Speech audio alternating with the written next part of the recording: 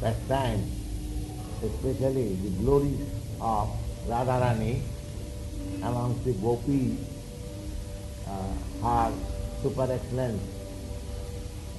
That is the way of observing. Radharani, fasting is up to 12 noon, and after that you can take prasadam, feasting. The next important is on the 26th, 12th September. 12th September 1970, the Advent day of Sri Jiva Goswami Prabhu.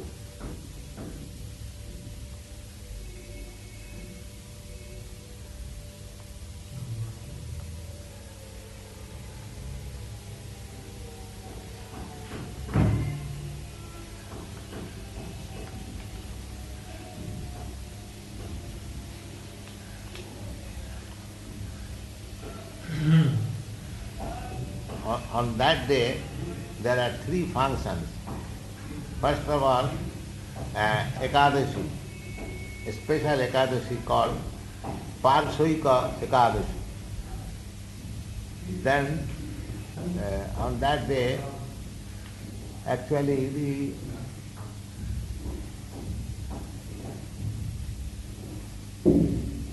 Ekadashi, according to calendar, Ekadashi was to observe and Bhavan Dadas. The same process as we observe Ekadashi. And the evening there should be a meeting discussing on the life and works of Srila Jiva Goswami. He is one of the Sandarbhas should be discussed. If there is no such book, then the following discussions may be taken place. Srila Jiva Goswami was a brahmachari. He left his home at the age of 10 to 12 years. His father and two elder uncles, they left home. So they are all government servants.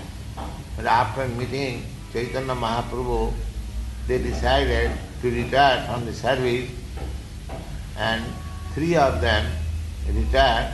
Out of that, Sanatana Goswami was a very important officer. The Nawab did not like his retirement, so he interned him, not allowed him to go out of home. But Rupa Goswami and his younger brother Vallabh, they left home, and they left instruction also to Sanatana Goswami that there is some money for his release, he could utilize that money. So Rupa Goswami and Vallabh left home prior to Sanatana Goswami's leaving home. So Rupa Goswami and Vallabh met Lord Chaitanya at Prayag. These things are mentioned in our teachings of Lord Chaitanya. You can read teachings to Sanatana Goswami and Rupa Goswami and their meeting with Lord Chaitanya at Allahabad, Prayag. So this boy, Jiva Goswami, when he thought that his father and uncle all left home, why he should remain at home? So he also left. And he first of all went to Benares, which is called Varanasi. It is a great center for learning Sanskrit. So he finished his education in Sanskrit grammar specifically. He was a great scholar in Sanskrit grammar. According to Vedic system, the students are first of all taught the Sanskrit grammar because it is very difficult subject. Usually one has to study grammar for 12 years. And when one is very much conversant with grammatical rules, he can read any literature. That means after studying grammar, the door is open for any other subject matter, just like philosophy, medicine, then military art. And there are so many Vedic knowledges. Generally they read literature, the Puranas, the Vedantas, and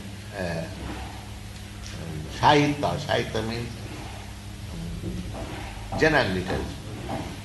So Sri Jiva Goswami became a great scholar in grammar, and then he studied all Vedic literature, and after that he approached his uncle Rupa Goswami in Vrindavan. And he became a disciple of his uncle by proper initiation and remained with him. And he was assisting his uncle, and after hearing from him, he composed very scholarly books known as Shat Sandarbha. These Shat Sandarbhas are recognized as the most scholarly work in the world. There is no comparison of his philosophical approach to the Vaiṣṇava school. Generally, the impersonal Brahma is discussed there, then Krishna is discussed there, Bhagavad is discussed there, love of Krishna is discussed there. In this way, all subject matter are very elaborately discussed in Shat Sandarbha. That is the greatest gift, Sri Jiva Goswami. And one of the Sandarbha theses is Krama Sandarbha, his comments on Srimad Bhagavad. So, Jiva Goswami was so big scholar, but sometimes one ordinary scholar, he approached Rupa Goswami that I want to discuss with you about Shastra. Rupa Goswami could understand that this man is not a devotee, he will simply waste my time. He inquired from him, what is your purpose of discussing with me about Shastra? He said that I have discussed Shastras with many big scholars, and I have come victorious. So, if I come victorious by discussing with you, then I will have very good fame and name. So Rupa Goswami could understand his views or his ambition that this man is a materialistic man, he wants some name and fame. So he told him, all right, without discussing, if I give you certificate that I am defeated, will that do? So he said, yes, that will do. So he gave him in writing that I had Shastra discussion with this man and I found myself very much inferior. I am defeated. So he was very glad to take the certificate, but when he was going, Jiva Goswami saw, my dear son, what is that paper you are taking? No, your uncle has agreed that he is defeated, so I have got this certificate, I am going. So he said, all right, let me see what he has written. So he gave him, and he kept that paper, and then he invited that you have defeated my uncle, but you can discuss with me also. So he agreed. So he was defeated. He was defeated, and the matter was informed to Rupa Goswami that your nephew and your disciple, Rupa Goswami, has defeated that learned scholar. So Rupa Goswami became a little angry superficially. Why did you bother? You are taking. So some people say that Jiva Goswami was rejected on this ground by Rupa Goswami. But that is not a fact. He was very glad that Jiva Goswami defeated him, but he superficially said, why should you take so much trouble and bother? He might have gone with that certificate. But it is the duty of the disciple that even the spiritual master or senior acharya, they agree to be defeated. It is the duty of the disciple to see that his spiritual master and superior is not defeated. That is the instruction we get from Jiva Goswami's behavior. This is one of the important, and later on Jiva Goswami established the Radha Damodar temple in Vrindavan, but he had no sons because he was brahmachari. So some of his grihastha devotee was entrusted with the management of the Radha Damodar temple, and they are still going on by their descendants. Then next important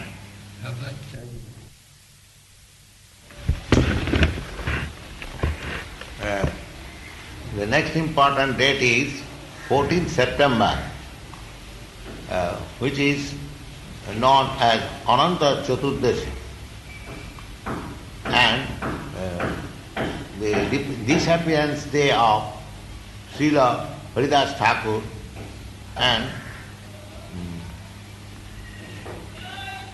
appearance day of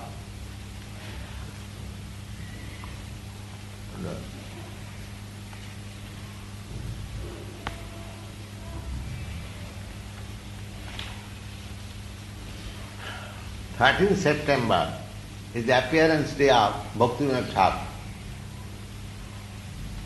and 14th September is Ananta Chaturdashi and disappearance day of Haridas Thakur. On the calendar here it has 14th of September, Advent of Srila Bhaktivinoda Thakur, 13th of December, worship of Sri Baladev, 15th of September, Vishwarupa festival. Yes, 15th September, Vishwarupa. 14th of September. Not 15th September. Yeah, Vishwarupa. But 14th of September, Advent of Srila Bhaktivinoda. No, that should be 13th.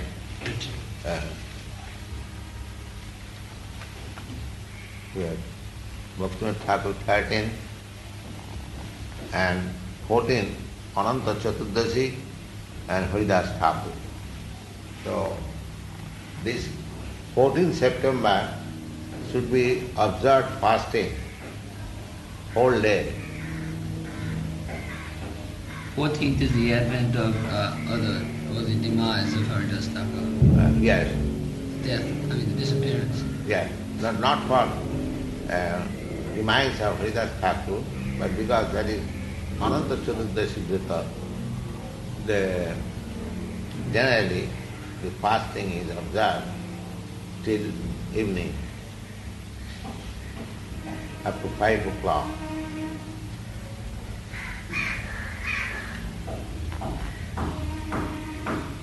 the next day, Vaiṣṇava Mahotsav, feasting. On the 13th of September, Srila Bhaktivedanta appearance is a very special observance. No, special observance means to discuss about the life and works of Bhaktivinoda Thakur. That's all.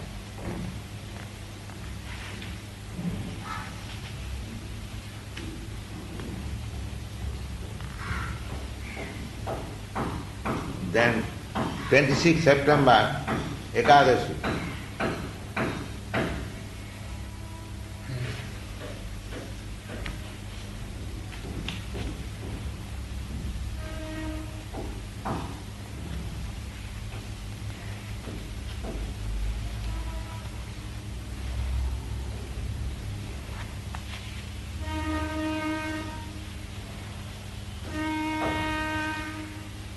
Then 10th October, Vijayadashami, appearance date of Srila Madhacharya, and the victory day of Lord Ramchandra.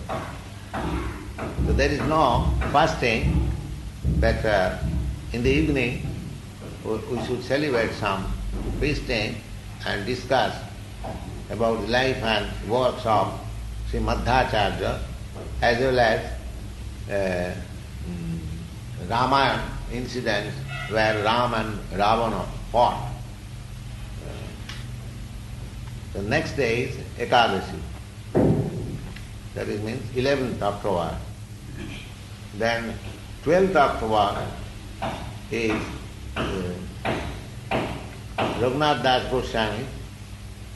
There is no fasting, but it's a discussion of the Raghunath Das Goswami. Raghunath Das Goswami happened to be the only boy of his father, and his uncle, he was very rich man's son, but he left home for Lord Chaitanya Mahaprabhu. His life should be discussed as follows, that from the very beginning he was very much detached to worldly life, so his father and mother saw that this boy is very much detached, he should be immediately married with a beautiful wife. So that was done. He was given a very nice house and beautiful wife, but still he was very much detached. So when he was a householder, he met Nityananda at Panihati, and he prayed Lord Chaitanya to take him with him. At that time Chaitanya was sannyasi. Lord Chaitanya instructed him that don't be in hurry. Gradually Krishna will give you chance to be aloof from these worldly affairs. He was very intelligent, even though he was detached from the worldly affairs, but from his activities it appears that he was very intelligent also in worldly affairs. While somehow or other, some political reasons, his father and uncle was to be arrested by the minister of the then Muslim government, and his father and uncle hid themselves to avoid the arrest. Then the agent of the Nawab, he arrested Raghunath Das Goswami. So, tell where is your father and uncle, otherwise you shall be tortured. So he did not answer anything, but after some time, when he was in arrest, he very politely presented his case to the minister. My dear sir, I know my uncle, father and yourself, you are very intimate friends, and treat each other as brothers. So sometimes there is some quarrel between brothers, that I can understand. But so far I am concerned, I am equally affectionate to my father, uncle, as well as to yourself. I am also your son. In this way, when he very politely presented, the minister became very much affected, and he began to cry. Yes, this boy is very nice. So immediately he released him and told him that, yes, we are brothers. Now, if you settle up our disagreement, that will be very nice. So he was released, and he made a settlement between the minister and his father and uncle. So in that settlement he showed his worldly intelligence very nicely. He was not a less politician. His management was so nice. So that means a Vaiṣṇava is not less intelligent. He can manage anything. But that does not mean that he is attached to anything. This example we get from Sri Raghunath Das Goswami. Even in his household life, he managed things very intelligently. But later on, he left home, and he was guarded by the watchman of his father and uncle, but he somehow or other got out of their watch and ward, and he directly went to see Lord Chaitanya Mahaprabhu. And when Lord Chaitanya's grandfather was Nilamba Chakravarti, and he was a very well-known, learned Brahmin, so all the big men were known to him. So these